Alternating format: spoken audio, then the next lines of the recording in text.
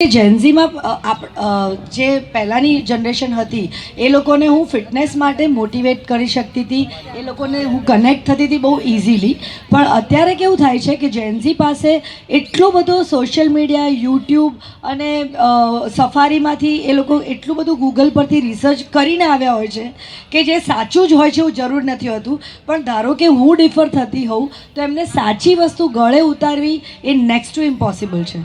Gen Z એવું સમજે છે કે જે ફોન પર મળતી માહિતી છે બધી સાચી જ છે, વિચ ઇઝ રિયલી રોંગ.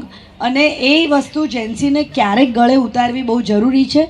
એ જ્યારે રિયાલિટી ચેક આવે છે ત્યારે જ ખબર પડે છે કે આ વસ્તુઓ એકચ્યુઅલી જે મેં રિયલાઇઝ કર્યું હતું એ નથી. એ ઇન્સ્ટાગ્રામ પરથી જોઈને ગૂગલ પરથી જોઈને કે મને આવું છે એટલે મને આની એલર્જી છે, મને આ બ્લડમાં આ પ્રોબ્લેમ છે, મને પેલો પ્રોબ્લેમ છે. પણ એકચ્યુઅલી એવું કંઈ હોતું નથી. અથવા તો હું એને કહું કે તમે સ્ક્વોટ કરો, ના આમાં તો સ્ક્વોટ કરીએ તો એના સાઇડ ઇફેક્ટ્સ છે, એનું આમ થઈ જાય છે. એટલે મારે કહેવું પડે કે તમે ઇન્સ્ટ્રક્ટર કે કોઈ નોલેજેબલ પર્સનની પ્રેઝન્સમાં કોઈ પણ વર્કઆઉટ કરો તો એના કોઈ જ ગેરફાયદા હોતા નથી, નુકસાન નથી હોતું, બેનિફિટ જ થાય છે ને ફાયદો થાય છે. એમાં વોકિંગ પણ આવી ગયું કે મેરેથોન રન પણ આવી ગયું. એટલે જેનઝી પાસે કોઈ પણ વસ્તુ એક્સપેક્ટ કરવી એ એક વાત છે અને એમને કોઈ વસ્તુને મગજમાં ઉતારવું એ બીજી વાત થઈ જાય છે. કરેક્ટ. અને બીજું એ કે જેનઝી પાસે ફોન એવી વસ્તુ છે જે પહેલાંની જનરેશન પાસે નહોતી. એટલે ફોનના લીધે એ લોકો એકબીજાથી એકચ્યુઅલી ડિસ્ટન્સ થઈ ગયા છે. એ ફેમિલી હોય કે ફ્રેન્ડ્સ હોય, તમે 10 જેનઝીને એક જ રૂમમાં બેસાડો, જેનઝી નહીં અત્યારની કોઈ બી જનરેશન, તમે ફોનની જે જનરેશન છે એક જ રૂમમાં બેસાડી હોય તો દરેક પાસે ફોન હોય અને પોતાના ફોનમાં કંઈક કરતું હોય પણ એમ નહીં કે બાજુવાળા સાથે વાત કરે. આ બહુ જ કોમન છે.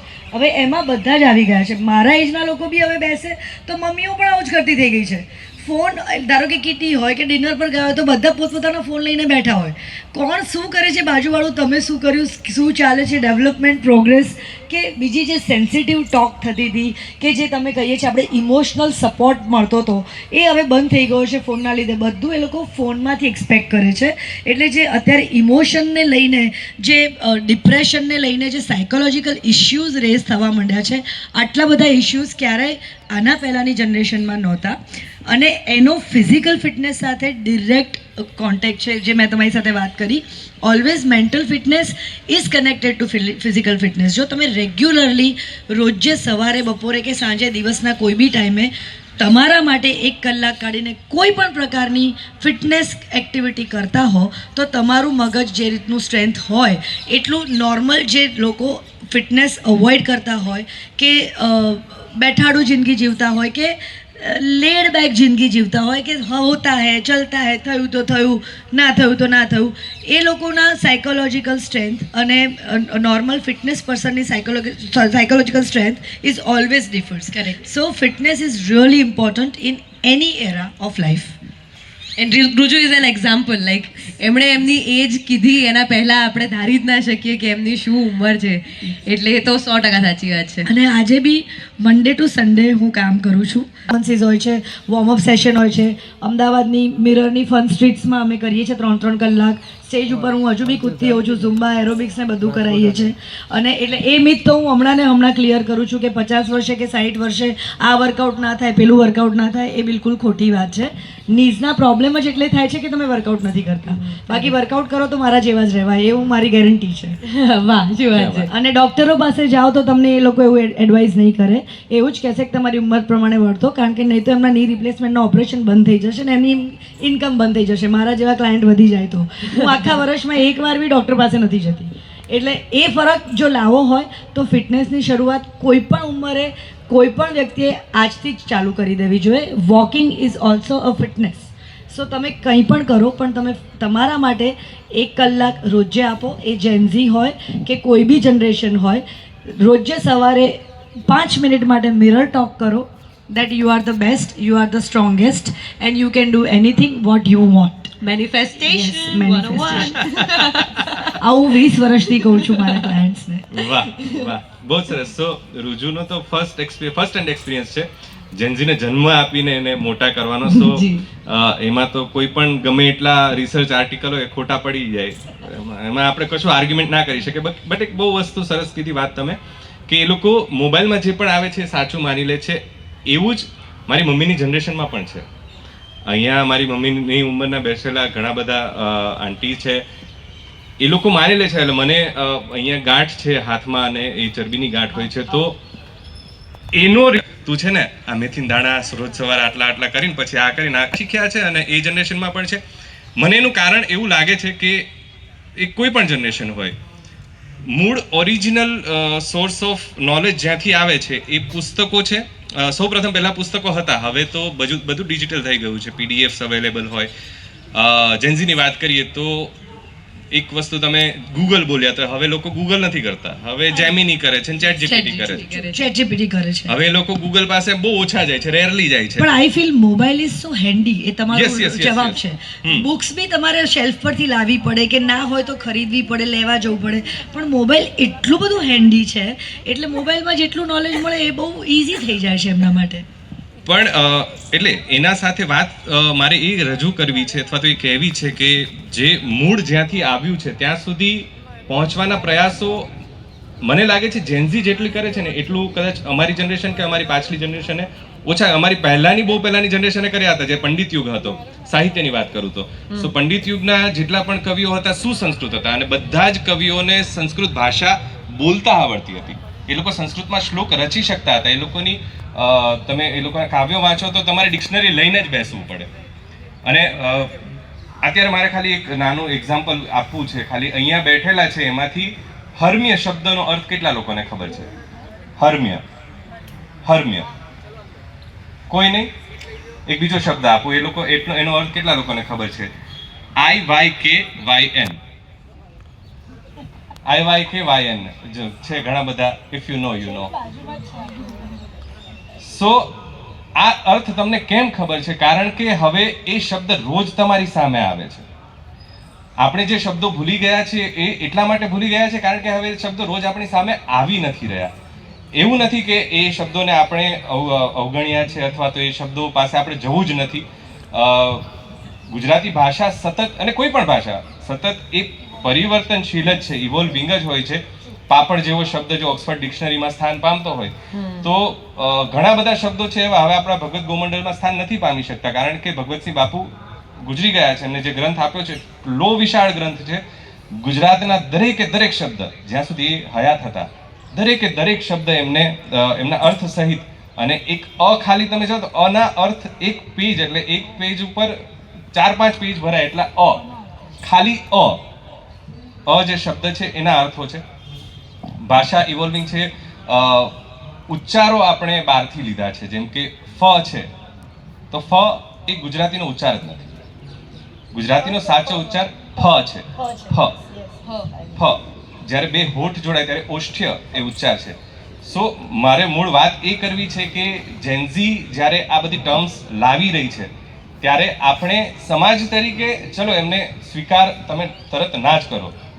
અમારા મરીઝ સાહેબ કહે કે નવીનતાને ન ઠુકરાવો, નવીનતા પ્રાણ પોષક છે. જુઓ, કુદરત તરફથી શ્વાસ પણ જૂના નથી મળતા. જે મળે છે બધું નવું મળે છે. ઓક્સિજન તરત નવો જ થવાનો છે. તમે જેટલું પણ કાર્બન ડાયોક્સાઇડ બહાર કાઢો છો અહીંયાથી આમ ઉડીને ક્યાંય જતો રહેવાનો છે. HL પહોંચી ગયો છે અત્યારે, પણ ઓક્સિજન બધો તમે અત્યારે અહીંયા છે બધો જ નવો ઓક્સિજન છે. તમે એ શ્વાસ, તમે પોતે છોડેલો શ્વાસ પાછો ફરીથી નથી લઈ શકતા. એ રીતે ઇવોલ્વિંગ જનરેશન છે આ જનરેશન. જે પણ નવું લાવી રહી છે આપણે ધડ દઈને એનો, આવું હું ફીલ કરું છું કે ધડ દઈને એનો વિરોધ ના કરવો જોઈએ. જે વાત સલોનીએ કરી કે એમને સમજવાની જરૂર છે, તો એક એ બ્રિજ એમના તરફથી પણ બનવો જોઈએ કે અમને કઈ રીતે સમજો. એક અમે ભણતા જ્યારે, તમારે નથી ખબર મને, અમે ભણતા ત્યારે અમારે નવનીત આવતી, ગાઈડ આવતી, રાઈટ? પણ ગાઈડ થી ઓળખતા જ નહીં કોઈ. એટલે CBSE માં નથી, ગુજરાત બોર્ડમાં નવનીતની ગાઈડ આવે છે હજી. સો એક ગાઈડ આવતી કે જેનાથી અમને પ્રશ્નોનો ઉકેલ સરખી રીતે મળતો. તો સલોની એવી કઈ ગાઈડ હોઈ શકે કે જેનાથી અમે જેન્ઝીને સરખી રીતે ઓળખી શકીએ? અને જો મને તો બિલકુલ એવું છે જ નહીં કે કોઈ પણ જનરેશન કોઈ વસ્તુનો બાદ હોય જ ના શકે. જો એ વસ્તુ પબ્લિકલી એક્સેપ્ટ થઈ ગઈ છે તો એ વસ્તુ હવે પબ્લિક ડોમેન ઉપર આવી ગઈ છે અને માનવ સમાજે એનો સ્વીકાર કરી લીધો છે. પણ એક સમાજ એવો છે કે જે એનો સ્વીકાર નથી કરી શકતી અથવા તો એ ત્યાં સુધી નથી પહોંચી શકતી. સો થોડા જો અમે આ બાજુ આવીએ તો તમે ત્યાંથી કઈ રીતે આવી શકો? ગાઈડની જે તમે વાત કીધી બહુ સરસ વાત કીધી. અને હું છે ને જેનઝીની સહેજ પીડા કહું કે હું મારો ભાઈ મારાથી 12 વર્ષ નાનો છે, એટલે હું જેન આલ્ફા જોડે ડીલ કરી રહી છું.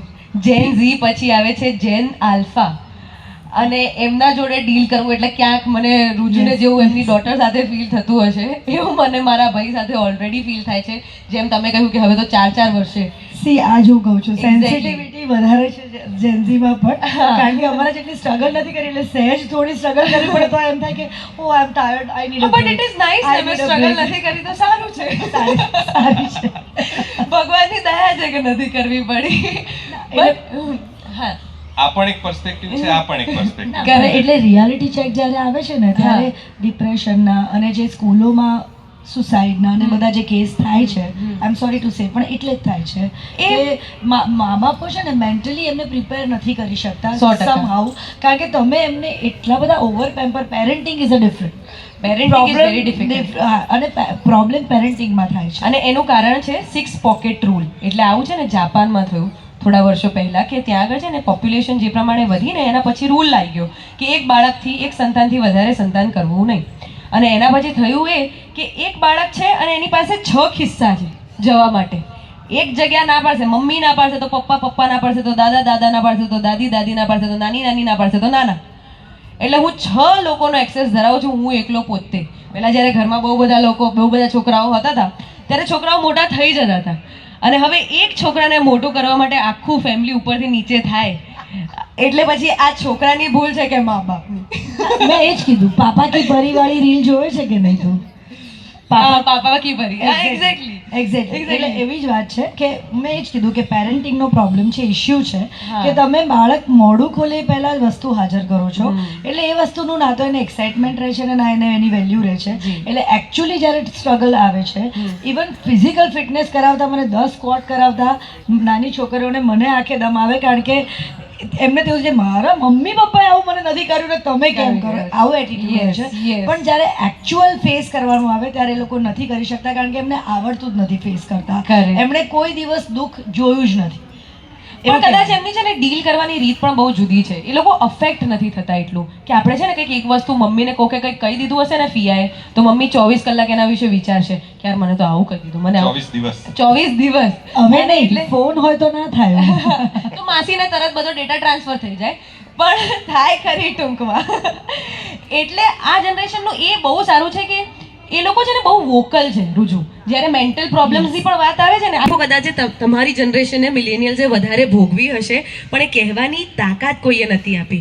હવે આ જ મિલેનિયલ્સ તમારા જેવા જ મા બાપ છે કે જેમને આ જેન્ઝીને કહેવાની તાકાત આપી છે કે ના બોલો બેટા, કે તમે શું ફીલ કરો છો. એટલે મને એવું થાય કે મેં સ્ટ્રગલ કરી છે તો મારી દીકરીને એક્ઝેક્ટલી. અને આ જ પાર્થ મને લાગે છે કે ગાઈડ આ જ છે કે ઘરમાં ફોન થઈ ગયા છે, ટીવી થઈ ગયા છે, બધું થઈ ગયું છે, પણ જો મારો ભાઈ એના સ્કૂલની કોઈ પણ વાત સૌથી પહેલાં આવીને મને કહેવા માંગે છે કે દીદી તને ખબર છે આજે આવું થયું, કાં તો દીદી તને ખબર છે કે મને કોઈ હેરાસ કરે છે, કે મને એટલે કોઈ બી XYZ વસ્તુ, કે કોઈ મને બુલી કરે છે સ્કૂલની અંદર. આ સાયબર બુલી બહુ ચાલ્યું છે સાયબર હમણાં, બુલી બહુ છે કે કોકે મને આવી કમેન્ટ કરી દીધી છે. અને આવું જો એટલે ક્યાંક છે ને અમુક વાર પેરેન્ટ્સ બહુ સ્ટ્રિક્ટ હોય કે બહુ બિઝી પણ હોય ને, તો બાળકો એમની પાસે નથી આવી શકતા કે ના એ ક્યાંક એ બાળક અચકાય કે ગભરાય કે ના મારે મમ્મી પપ્પાને ના ખબર પડવી જોઈએ.